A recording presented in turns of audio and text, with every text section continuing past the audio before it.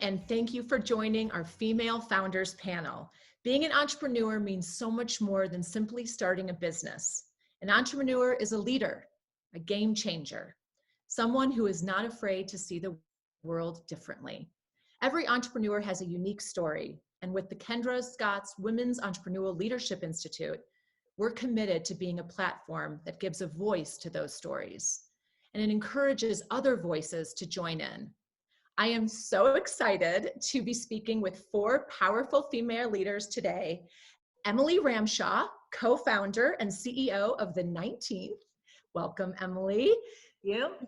Nastia Lukin, who is a 5-time Olympic medalist. That's right, 5-time. She's an entrepreneur, a motivational speaker, and obviously an influencer. Chanel Jones, co-host of the 3rd hour of Today on NBC. And Maria Menounos, TV entertainer, founder of AfterBuzz TV, and host of the Better Together podcast. And also Tiffany Masterson, founder of skincare brand Drunk Elephant. I love your products, Tiffany, wearing some today. Thank you all for your time today. I'm so excited to have you all here to inspire all of these people that are going to be able to witness this amazing gift that you're giving us of your stories and sharing them. I can't wait for them to hear from all of you. And again, thank you for giving your time to inspire future female leaders. So thank you all so much for being here. Absolutely. Thanks for having us. We're going to get right into, we're not messing around today. We're going to get right into it. So my first question is, I want to start with asking each of you a bit about yourselves, okay? I want to know about your journey. I want to know when you first considered that you were a leader. And that's always a kind of people sometimes, I still sometimes hear that and I go, am I a leader? But when did you first realize that you were a leader? Maria, I'm going to start with you. Well, let me choke on myself here first. Thank you, Kendra. I feel like, I kind of feel like you sometimes where I'm like, I'm a leader. Yeah, I guess I'm a leader.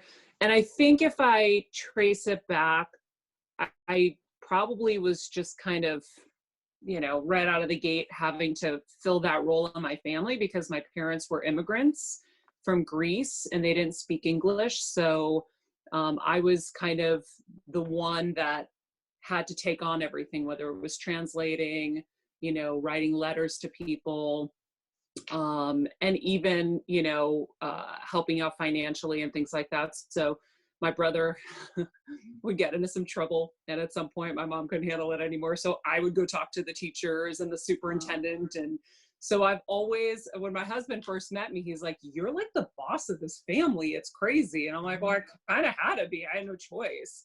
So I feel like I didn't really think about it until you posed the question, but that's probably the origins. And from then on, I've always kind of run my own ship. Like I've been deep diving. I'm home in Connecticut right now. And I've been deep diving on all my old files, my notebooks from, grade school. And I was always super organized, or trying to be at least. I really suffered. I struggled, but I tried. I was always involved in so many things, always trying and shooting for more, and always organizing things, like whether it was a Mother's Day luncheon in the church for 350 people, or producing movies at 19, and, on a pretty high scale too, actually, where the films went to film festivals. But I've always kind of taken that role on. And now building my own show with Better Together, I'm kind of doing the same thing where I'm taking my experience that I had working at the Today Show, Chanel, and saying, well, I kind of want to do this my way. And so I am every single day. So my favorite part, and you'll love this, Chanel, I'm like, I want to pitch a story about menopause. Okay. Yeah, I think that's a great idea. Go do it. Okay, cool. Let's go do it. That's my process now, rather than, yeah, that's a stupid idea. Try again. So anyhow, I feel like that's kind of where it started and where it's gone. So amazing. Who would like to go next? Emily? I'll go next. Oh, go next.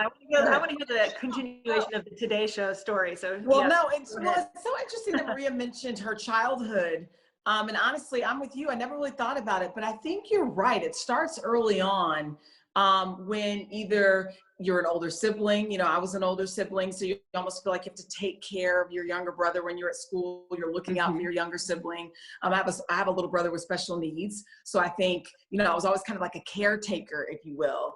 And then growing up, I think what happens is when people depend on you and you get the little wins as say a third grader or a fourth grader, you start to believe, you know what, I am a leader. You almost don't even recognize that that's what that trait is. And so then I think about it, looking back, I'm like, I did run for student council president, or I did. And somebody was joking with me the other day somebody was joking with me on Facebook the other day. I was like, you're right. I was student council president, 8th grade through like 11th grade at different places. And then senior year, I remember I didn't run because I didn't want to have to play in the reunions. But that's seriously, I think, you know, what you think about, you bring about. And then before you know it, you almost project that you can be that person, right? So, and then you lose it along the way, right? And then you have to remember, wait a minute, I'm a leader. I can do this, especially with women and in the workplace. And you may go off to a university or you go into the workplace and you almost forget who you are. And you're like, wait a minute, no. I am a leader. I am a voice at this table. So a lot of us are like remembering who we are, if you will. And kind of exerting that power again. And then like Maria says, you get to the point where when you're in a newsroom, for example, and you say, hey, I have this great idea. I'd like to go, for me, I was like, I want to talk about women in fertility, or I want to talk about small businesses and how they should be able to, you know, we should help them in the midst of COVID. They don't go, well, they go, okay, go for it. You know, so it feels good to finally be in a place where you feel like you can exert some influence for good. That is so amazing. Yeah, Okay. I'll hop in there to sort of extend the sort of newsrooms theme. I mean, mine's a little more modern day, honestly. I was great at being a number two. You know, I knew that I was an excellent executor. I knew that if somebody else had the vision, I could execute it. And so I spent the last 11 years as the editor-in-chief at the Texas Tribune, a nonprofit news organization in Texas. And 4 years ago, I was on maternity leave when Donald Trump was elected the first time around. And I thought in that moment, you know, maybe it was the hormones talking, but like there's been so many headlines around electability and likability. And to me, those were headlines that were like fundamentally rooted in sexism. You didn't see those same headlines about men. And I thought in that moment, you know, we need a national newsroom of record for women. We need a nonprofit newsroom at the intersection of women, politics, and policy. And then I went back to changing diapers and being covered in spit up and like trying to keep a human being alive. And all of those thoughts rushed right out the other ear. And then 4 years later, honestly, we had more women than ever on the 2020 stage, more women of color in particular on the 2020 stage. And the words electability and likability weren't as prevalent, but the words, you know, is she too ambitious? Does she want it too much? Were front and center. And those to me were terms that didn't just feel sexist, they felt fundamentally tinged in racism. And in that moment, I just decided I had a vision, you know, of building this new national news platform, of encouraging women across the ideological spectrum to get more deeply engaged. And in many ways, I was motivated by fear. Like, I think I have this great idea, and what if somebody else has this great idea before I do, and they're brave enough to act? And I always thought I was the number two and not the one with the vision. And so we took the plunge and we launched this new platform in August in a pandemic with a newsroom, you know, built overwhelmingly by women with small kids at home. It's been really magical. And if I hadn't had this sort of nerve, if I hadn't been propelled to believe that maybe I wasn't just a number two, that I could be a number one, none of this would have happened. So it's been a pretty inspired year, I think, probably for all of us navigating this moment. And what I love you said is that you felt like you were the number two, and you took that plunge to say, I can be the number one. And that's courage. And that's bravery. And those are all instincts, right, of becoming a leader. Okay, 5-time Olympian gymnast medalist. I have to hear your story. And then Tiffany, we're getting to you because my skin is glowing because of you. So we're going to get to you. So go ahead. Yeah, so I feel like, both of my parents were gymnasts. My dad competed at the Olympics. My mom was a world champion. So ever since I can remember, I had amazing leaders, you know, both as parents, as athletes, but also just as parents. But I was so fortunate to have so many incredible mentors throughout my childhood and kind of my upbringing throughout the sport, both on the competition floor and off. But I think it was really because I looked up to so many of my teammates and I wanted to do like what they did. I think it really clicked for me that I was a quote unquote leader, I guess, when the younger girls and the little girls started looking up to me.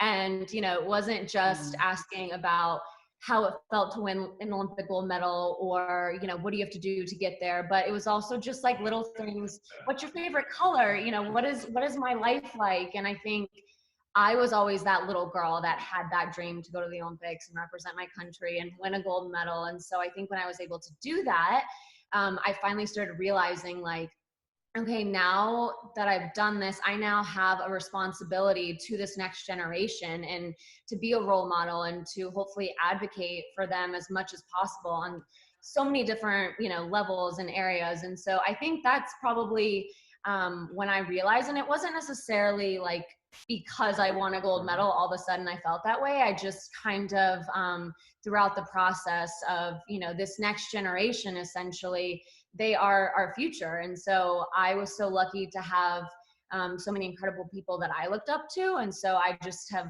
really always wanted to be that person for somebody else.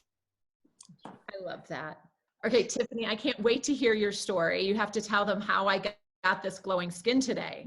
Okay, so yes, your skin looks gorgeous. I, you know, as far as being a leader, I never would have described myself that way in my whole life. I was the youngest child of 4, and so I sort of did what they told me to do and didn't say a lot. I was really shy growing up, but you know, just the fact that I wanted to have children, I wanted to get married and have children. You become a leader that way automatically, but as I started developing my philosophy, started getting interested in skincare and ingredients, and started developing this philosophy that was way out of left field. I'd never heard it before, nobody else was doing it. And I just, you know, you do kind of become a leader in that sense that, I mean, my whole purpose was to try to help people and to try to share my philosophy with the world. Like I was sitting with my best girlfriend saying, you know, I found something that works. You're not going to believe this, you know, and it was that kind of, but you know, as you start getting people on your team, as you start building a community with your consumer, you do have that responsibility to lead and I had to lead in the sense that I was teaching a philosophy that people had not heard of, and it was critical to the brand's success. So I became a leader, whether I thought that I would be or not, and realized I always had it in me. But it was just, I'm surprised as anyone that I ended up in this position, but so it's you know, it's been great. So what I love about everything that you all just said is that, you know, at the Kendra Scott Women's Entrepreneurial and Leadership Institute, we really talk about an entrepreneurial mindset, and that you don't have to be necessarily a business owner. You can be an Olympian. You can be in the newsroom. You can go after, it's really manifesting your dreams. And when all of you, that common thread that I just heard is really that, right? It's that you had manifested, even from a child, right? Manifesting that you wanted to be in the Olympics someday, Nastia. You had these visions of what you wanted to do, and you did it with purpose. There was a purpose behind the things that you're doing, not just that you wanted to build a business or you had purpose in your heart, and that really drove that passion inside of you, even as young children, it seems, with a lot of you. And I know I was the youngest of 3 sisters, and I'm also running a business, but I am the leader in the family now as well. We've switched roles. And it just, I think, but that's in us. And it's the fact that if you can take that fire in you and then do something with it, that's what really that entrepreneurial mindset is. And looking at that dream and then creating that roadmap to get you there. And it's not always going to look the same as you think it's going to look, right, when you plan it out. So I'm going to ask the next question to Chanel, okay? So what did you feel like was the most important value, okay, of an entrepreneurial mindset that you learned early in your career? Ooh, that you don't just have to do one thing. I remember I would say, you know, I want to be a journalist, but I also want to dance. And then people would say, well, which one do you pick? Mm-hmm. And I've learned that I just interviewed Debbie Allen And we were talking about the fact that, you know, she was on Fame, and then she was executive producing, and then obviously she's known as a dancer, but then now she's, you know, producing musicals. I mean, she's doing all of these things. It's all under a creative umbrella. But the more people I meet the people I admire, the common thread is that, sure, you have that passion, but then you use that passion to do other things. Like Kendra, obviously, you know, I'm wearing your stuff all the time. But then listening to you talk, I'm like, yes, you're also Reverend. You know, I'm like, you're also, you know what I mean? So we all have these gifts. And I think the beauty of it is, and I'm trying to teach my kids, like, you have multiple gifts and we can use all of them in different ways. Some of them may pay, others may not. But I think that's the beauty of this, is that when you find your gifts and your passion, you can find ways to use them, even if at the end of the day, let's say you're working a 9 to 5 and it's still not exactly what you want to do. You can still do your 9 to 5 and kind of work on that passion as well. You can do more than one thing, if that makes any sense. I love that. No, I think it makes great sense. And I think you're right. Like, utilizing the gifts you've been given, I think is part of that, right? And my stepfather was the one that told me that. He said, use the gifts you're given to do something that you love and to make a difference, make this world better than you left it. And that really became a driving purpose for me. Who else would like to share kind of when they felt their entrepreneurial mindset early in your careers, where you had that idea of being able to manifest your dreams? Well, it's funny hearing you say that, Chanel, because one of my biggest challenges, I think, was having that mindset of, I want to do everything. And when your bosses at shows like the Today Show are like, wait, you want to act? You want to host? You want to direct? You want to make movies? You want to write books? You want to do all this stuff? And I was kind of one of the first people to keep pushing those boundaries and be on a magazine cover and be on nightly news and have a Pantene ad running and interview the Obama family. Like, they were like, what the heck is going on here? But it didn't make the journey easy, because I had to keep smashing those walls down and saying, I can hold my integrity line across all platforms, right? And so I had to figure out how to make everybody comfortable in every scenario, which was a lot, right? So if I was at nightly news and I was reporting, I would wear my hair in a ponytail, no makeup, and a black turtleneck, and keep it very simple, not about me, and do my job. When I was at the Today Show, co-hosting maybe the third hour or something, I would just have a lot of fun, and that's when I could throw a little more fashion in and whatever. But you can't let people tell you who you are and who you want to be. You can have advisors around you who you really solely like trust and know have your best interests at heart, because there will be people who want to derail you for their purposes. I had someone tell me once, you got to stop with all this magazine shit. Can I say shit? Okay. Yeah, totally. It's my favorite word in the world. Side note, my parents were janitors, so we used to clean nightclubs. That word's allowed. Yeah, it's totally. We used to clean nightclubs growing up, and I found a charm. My parents didn't speak English at the time. I found a charm that said "little shit," and I was so excited. I wore it to my second grade picture, and they didn't know what it meant. And then later they tried to take it back, and they tried to tell me I couldn't say it anymore. I go, it doesn't count. I've been saying it for years. Like, hello. Anyhow, now I lost my train. I love that story now, so I'm so glad you shared it, because it's one of my favorites. I'll never forget it. The point, I had someone try to tell me, go to magazine cover shit, and I went home and I was like, okay, this must be like real good advice. And I went home, my husband's like, no, this person's trying to devalue you because you're going up and they don't want to have to pay for you later. And I was like, oh. And building your own brand is just as important as the work that you're contributing everywhere else. And so the people who get it are great. Like, I'll never forget, I had Alex Wallace, who was the executive in charge of nightly news, and you might know some of these names, Chanel, and Steve Kappas, who ran all of NBC News. And they said to me, what makes you different also makes you special. And that's why we were the ones to get the Obama family exclusive. That's why you bring a different perspective to this. And so instead of limiting me, they actually did the complete opposite. They were like, okay, this is a little bit of a challenge. We're not used to this, but we're gonna figure this out. And I'm grateful for people like that, because otherwise you have a lot of like feet choking you at your neck and trying to hold you down before you can take off. But I'm me. I'm big. I want to do it all. I want to have fun. I want to sink here, swim there, whatever happens, happens. But it's really challenging out there because a lot of people are going to tell you what you can't do.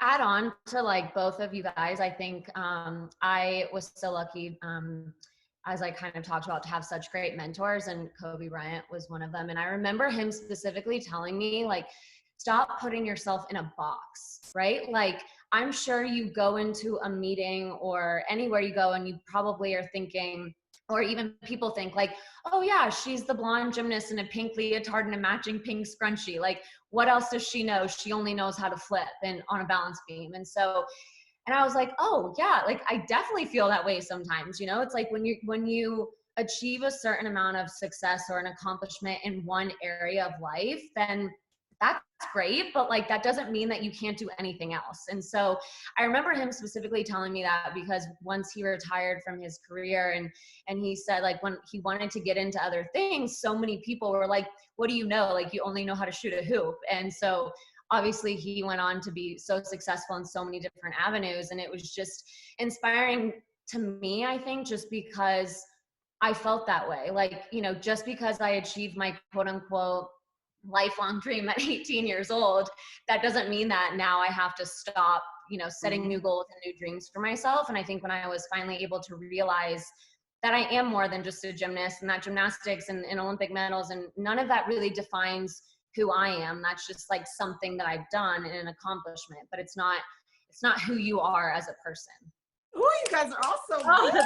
I want to share that I have my kid's daycare report from yesterday where it says that she said shit on the patio. So it's following. She's only 4, so we are passing this down to the generations.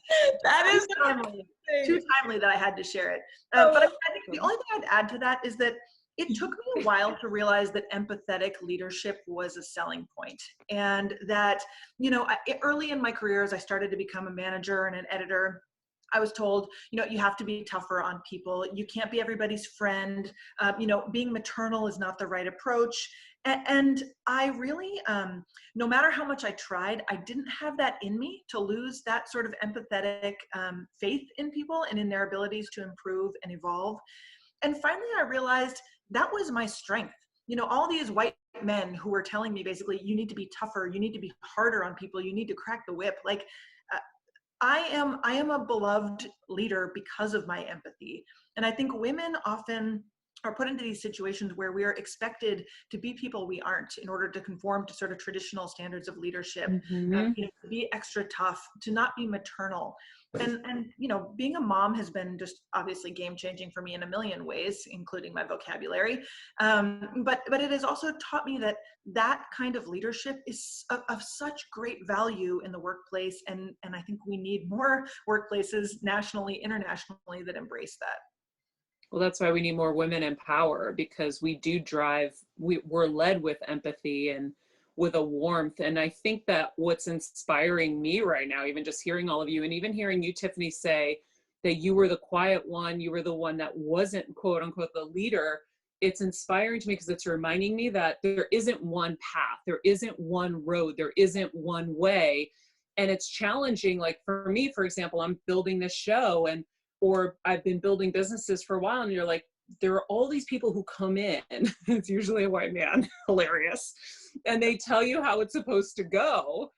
And you're trying to like force a circle into a square, and it's like, this doesn't feel right, and I don't know how to do this. So then you disempower yourself and like, well, I must not be good enough at this, or I must not be right for this. But that's clearly not the case. I mean, Drunk Elephant is one of the biggest brands in the world. And so, you know, and everything you all have accomplished has been so incredible. So I think that's such a huge takeaway, even for me, to be reminded, because we have to remember, like you were saying, Chanel, we have to remember constantly who we are. And we have to remember that we were leaders, because people keep beating us down along the way in our journey. And part of that could be like mini tests. So like to see, are we going to rise? Right? Because it isn't always going to be sunshine and rainbows, like you said, Kendra. So we have to keep reminding ourselves of these things. Well, and what I loved about every single one of you is that we have all identified where we've walked into a room and nobody looks like us. We've been in that role. I remember in the early days trying to go and get funding, and I walked in and, you know, here I am, this Southern girl. At the time I was a lot blonder, but this Southern Texas girl who was starting a jewelry line. And I mean, they would look at me like literally I could see them smiling, thinking she's not smart or she's this or that, you know, like I knew what there was in there, or at least I thought it was in their heads, but I was like, I am going to show them who I am. And I am not going to be someone I'm not. And I'm going to wear a dress. I'm not going to wear a pantsuit and come in and try to look like them. I'm going to look like me. And I'm colorful and I got a big personality. And you know what? If they don't like it, tough. And a lot of them did like it. A lot of them did like it. But yeah, I would add to Kendra that with like the main thing for me with Drunk Elephant was that, you know, being true to your own vision and knowing that, you know, you don't want to fit in, you want to stand out and be yourself completely. And I had people, you know, I had a publicist one time ask me to hold she said it'll be $30,000 and we're going to do a focus group to find out what your new name's going to be. Because we don't go to work, you know? And so it's one of those moments where you do go up, you know, then you realize that when you stay yourself and when you stay, you know, stick to your vision and don't let anyone talk you out of it. If I was going to fail, I needed to fail as Drunk Elephant because Drunk Elephant is me. And I didn't want to make it and be successful just for a minute at trying to be someone else or being, like Maria said, who they told me I'm supposed to be. Nobody thought in a million years Drunk Elephant, the name would work, and even the philosophy they sort of rolled their eyes at. But I do think it's important as an entrepreneur to remember, no matter what, you have a DNA and you have to stick with it, or else you go off the rails. It's actually obvious. I always say we have a unique fingerprint for a reason, and we're supposed to leave our mark, our own mark. And it doesn't mean that if we're doing what everybody else is doing, we've already failed. We've got to be disruptive. We have to be bold. We have to not be afraid to color outside of the lines. Every single one of you are exactly those things, which is so exciting. Tiffany, with you on this next question. So, you know, I always say that, you know, this entrepreneurial mindset, there's a level of risk, right, that's involved when you're doing all these things that we're talking about. You have to be brave. You have to be courageous. But along the way, not all the time, just like I said, when I walked in some of those rooms, I didn't always walk out with an angel investor or a loan from the bank. Many times I got no's, a lot of no's. My first business failed. That I started when I was 19 years old after 5 years of trying to make it work. And I think it's so important that we talk about those failures along our journey, because for anyone watching this today, this has not been just, again, the rainbows and butterflies, and we just decided to do all these things and we just landed here and it's great. We had to go through struggle, and the struggle makes us stronger. So Tiffany, can you talk about a little bit, and then and we'll just go around about some of the struggles or failures that may have led you to the success that you have today? Yeah, you know, of course, when you're launching products, you're going to have a failure sooner or later. Of course you are. I think what defines you and the brand is more how you handle it. Obviously, that's like, it's in life too. My first failure was when I had, you know, a string of great launches that were all very successful and popular. And then I got, you know, a little bit, I didn't follow my gut on a product. It was a cleanser. And I just didn't follow my gut. I knew deep down it was not the best I could do. We were on a timeline and with the retailer, and we launched it, and it was not good. And I knew that day my consumer and I are very close. I'm listening to everything they say. It was a mistake, and in more ways than one. It was not a great formulation, and it wasn't a great package. And so I had a choice right then and there. I think a lot of brands, entrepreneurs immediately try to find a sugarcoated. What should we say to the consumer? And I remember somebody in my team saying, "What are we going to say?" And I thought, you know, this is our opportunity to just tell the truth. What are we going to, you know, let's just tell the truth. We messed up. It's not a good formulation. You deserve better. It's not a good package. We're going to fix it. And actually we went out there and basically said, you know, exactly that. It's not our best. We're working on a replacement. We're going to fix it. We didn't just try to sell it in the meantime. We just basically said, and then to make more light of it and to shine more, you know, spotlight on that, what we were deciding to do for the consumer was that we named it Bestie Number 9. So it was Bestie, and then we changed it to Bestie Number 9 because it was 9 formulations to get there. We thought it was a great way to let them know that we're listening to you, and we're owning it, and we're accountable, and we're not going to try to hide when we make mistakes. We're a team. The consumer's sort of my boss. So it was great. It was the best experience ever because it was something I was so scared about doing. And then remembering, like, look, just being upfront with the consumer. They're spending their money. You owe them that.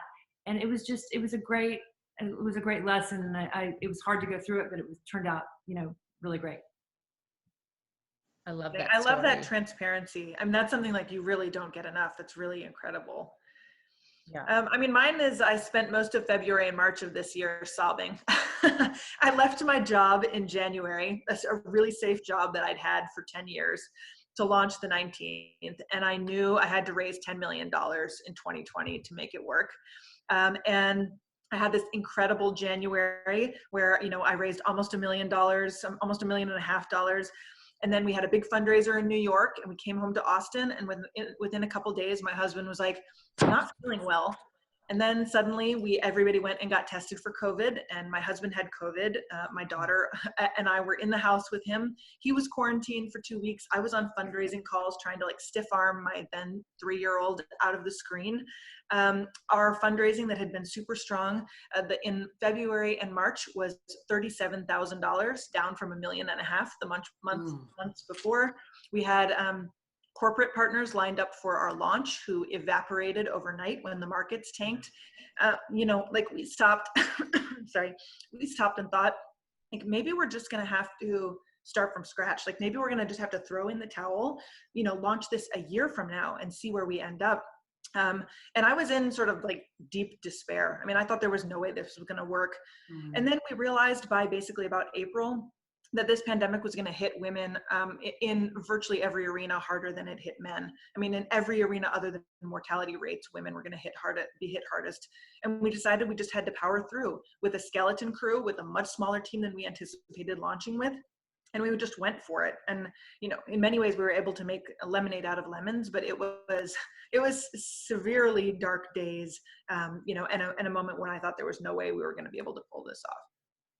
Amazing. I'll go. So mine was actually 4 years after I won the Olympic gold medal. I had taken a few years off of training and competing just to, I guess, take advantage of the opportunities that were coming my way after winning. And I knew that I wanted to try to make a second Olympic team. So I started training again and competing again and got all the way to Olympic trials. So this is 2012 at this point. And going into my second Olympic trials, obviously I had, a little bit more pressure and expectations and eyes on me now that I was the best in the world, essentially. And I put a lot more pressure on myself. And so on my very best event, the uneven bars, I actually fell off the bar and landed flat on my face. And I remember literally laying there just and so many different thoughts and feelings and emotions were going through my mind very quickly. Immediately I knew I had only 30 seconds to get back on the bar and finish my routine. My dad, who was my coach my entire life, the first thing he said was "Are you okay? Are you injured?" And I was like, "No, I'm fine." And the dad instinct immediately came out in him, and he was like, "You don't have to finish." He just wanted me to be safe. And I thought about it really quickly, and I was just like, you know what? No, my parents, they always taught me that no matter what you do, you always have to finish what you've started. So there still, I remember being so embarrassed and so mortified. I just wanted to crawl underneath the podium. Millions of people were watching, 20,000 people in the arena.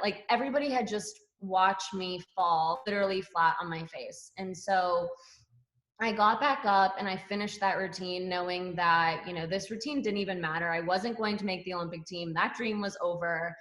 And I landed on my feet on my dismount. And for the very first time in my entire life and career, I got a standing ovation for the worst routine of my entire life and career. And I remember being I literally looked around the arena thinking, oh, somebody else just went on a different event and had the best routine of their life. And not a single person was going. I was last up on that event. And I remember just looking around the arena at 20,000 people on their feet, clapping and cheering for me, thinking, why? Like my entire life, I always thought that people were only going to love and support and cheer you on if you were the best, if you won a gold medal, if you had an amazing routine. And so that moment of quote unquote failure to me just made me realize so much more that life and you are not defined by accomplishments, by a gold medal, by a placement, by a salary, a job title, none of these things. You know, it's like that is not what defines any of us. And I think it took me literally falling on my face and having a failure and not achieving that dream for me to realize that. And I didn't really realize in the moment. It definitely took me some time to kind of understand. But, you know, when I looked back 4 years prior, when I won the Olympic all-around gold medal, yes, people were cheering, but like no one was standing on their feet. Everyone was just like, oh, great, good job. Like you did great. But the moment that I had when I fell on my face just made me, I think it was a more relatable moment because everybody is going to fall on their face, literally or figuratively. And it's about how do I pick myself up and keep going? You know, it's not necessarily about the outcome or where you finish. Oh, Wow. I love that so much. I'm over here and I'm almost like got choked up just thinking about, and you put us in that moment so beautifully. And I think for anyone watching this, they can think of that visual of you falling literally flat on your face. You can watch it on YouTube.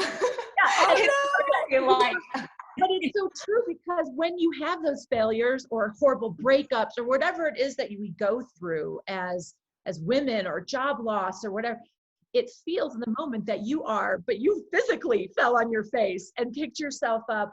And what I love the most about that story is humanity, the love of humanity, that people, when you can be vulnerable, be authentic, that's what everybody really cares about. I mean, it's always cared about.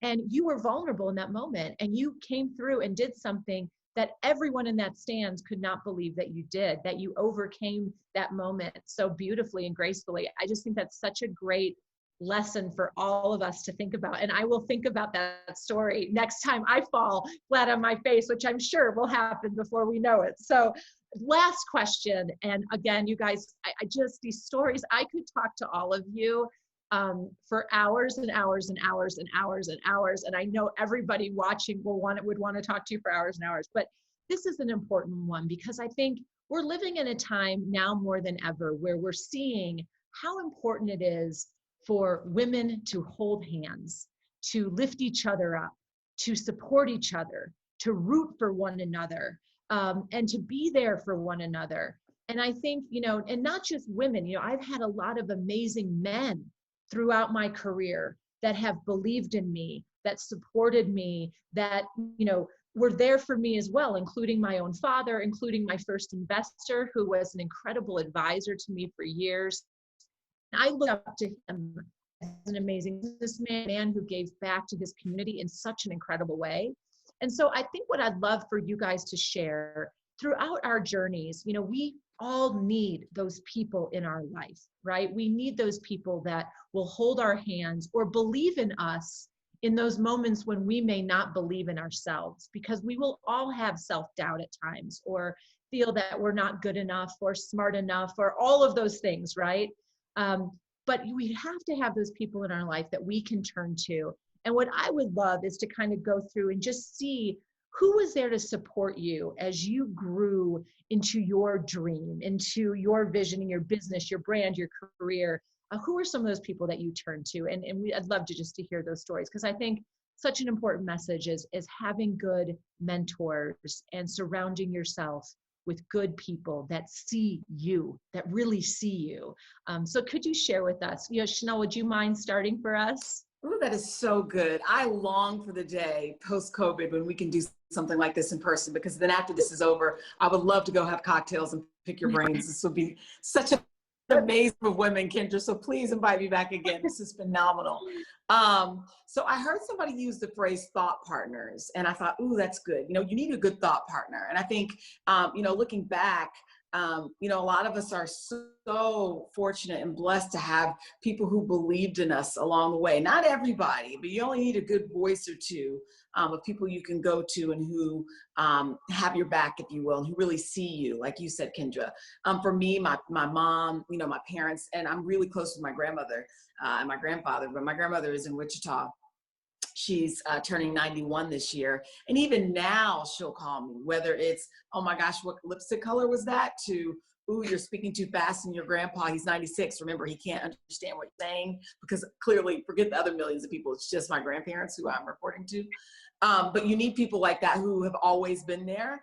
But I also think it's important to find new mentors and new people who you can meet along the way. I got to a point not too long ago where, you know, my mentors were saying, you know, I'm great in this local news station, but you need to find some people at the network. You need to find some people even outside of the news business who have these entrepreneur ideas like you do, who can help you. So I feel like it's important to kind of keep your heart open to meet new people. You know, I'm like literally looking at all of you guys on this screen. I'm like, oh, she would be a great person to know. She, you know, just to pick their brain and to, you know, just encourage each other, because you cannot do this alone. The good Lord did not put us here alone. And we are, as cheesy as it sounds, better together. When I was in local news, one of the other girls came up with this phrase, no girl on girl crime.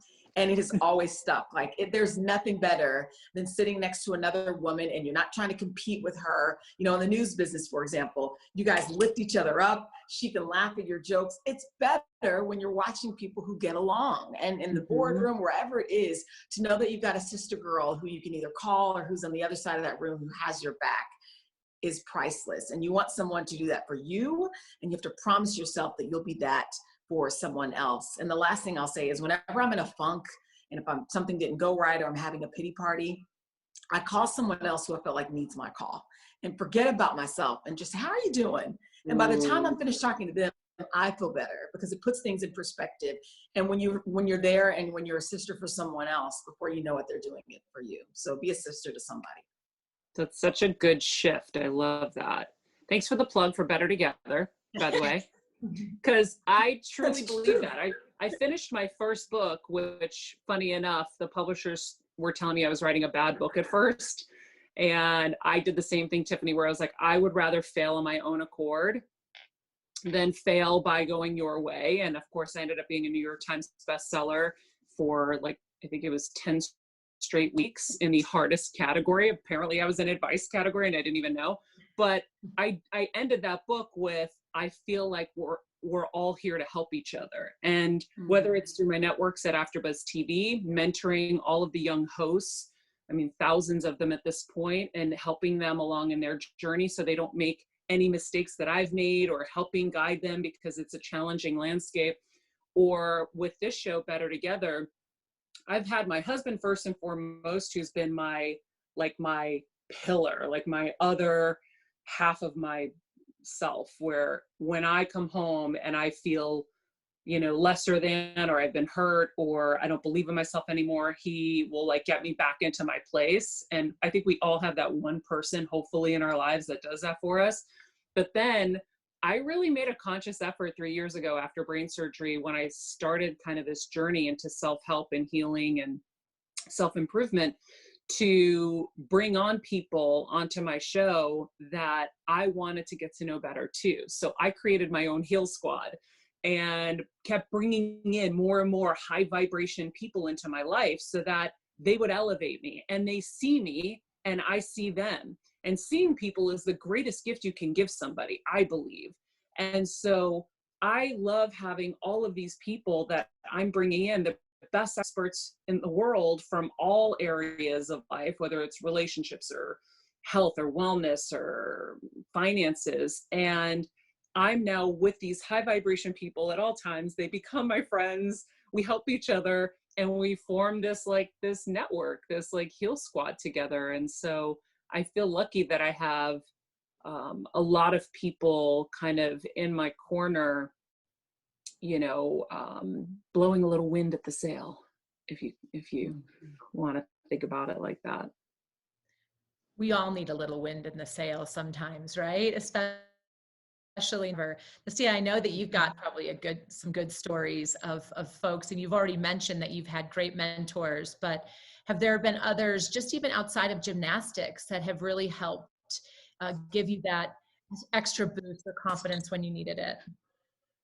It's funny. I was going to say most of my teammates, just because we're all now, in different areas and aspects of our lives. And it's so cool now to be able to experience that together. You know, we shared something that was so special and meaningful, and we have this bond now for the rest of our lives, like whether we like it or not. But it is so cool because, you know, some of my teammates are moms and wives, and some of them are still training, some of them are, you know, starting businesses. And it's just so cool because we know at the end of the day, like, we will always be honest with each other and say, like, we either love that idea, or, you know, I think maybe about it this way, or I'm not a mom yet, hopefully, fingers crossed one day. But it's just so cool being like, one of my teammates, Sean, I'm the godmother to her child. And so being able to experience this next kind of like chapter of her life together, and not have to compete against each other anymore. And I think that's something that I love so much, is like,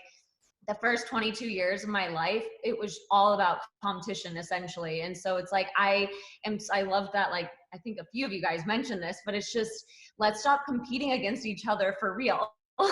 And, you know, just trying to like lift each other up and support each other, and support whatever it is that you're doing. And so yes, a lot of my, I guess, like, inspirations and mentors have been people that have just been in my life. And I think like that is so cool, because we get to constantly build each other up now instead of competing against each other. But I think also just listening and learning from others. You know, I love reading books and podcasts, and just constantly, whether or not I know that person's industry or the job or anything, I think we can all learn from each other. And, you know, whether, like, I always kind of tell people, it's not about trying to become an Olympic gold medalist, but I think it's truly the lessons and the, you know, everything that you learn through everything that you have gone through can apply to so many different things. And so just constantly listening, you know, listening to others in the room, I think is so important. And to be able to